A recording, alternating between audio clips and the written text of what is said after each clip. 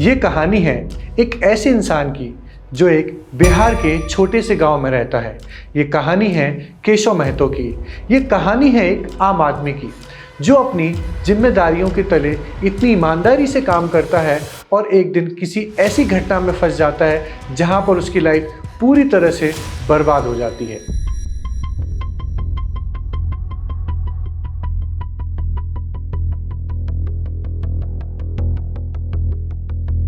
चलिए आज हम बात करते हैं केशव महतो केस के बारे में।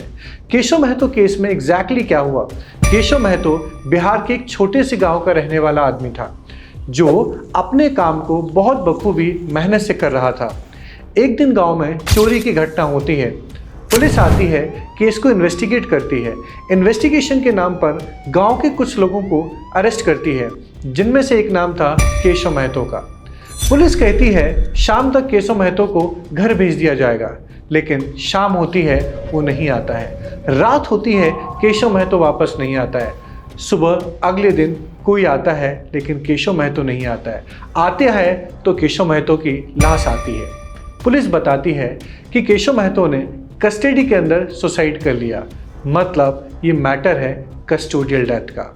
जब पोस्टमार्टम रिपोर्ट होती है तो उसमें बहुत सारे ऐसे एविडेंसेस मिलते हैं जिससे क्लियर होता है कि वहाँ पर सुसाइड का केस कम, कस्टोडियल केस का केस ज़्यादा लगता है। उसकी बॉडी पर बहुत सारी इंजरी मिलती है। इस मैटर में जब सुप्रीम कोर्ट ने सारे एविडेंसेस को देखा तो सुप्रीम कोर्ट ने कहा ये क्लियर मैटर है कस्टोडियल डेथ का, जो आर्टिकल 21 का वायलेशन है।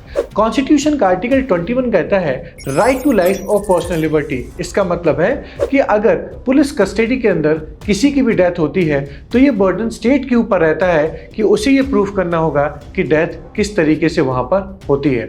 सुप्रीम कोर्ट ने इसको आर्टिकल 21 का वायलेशन माना।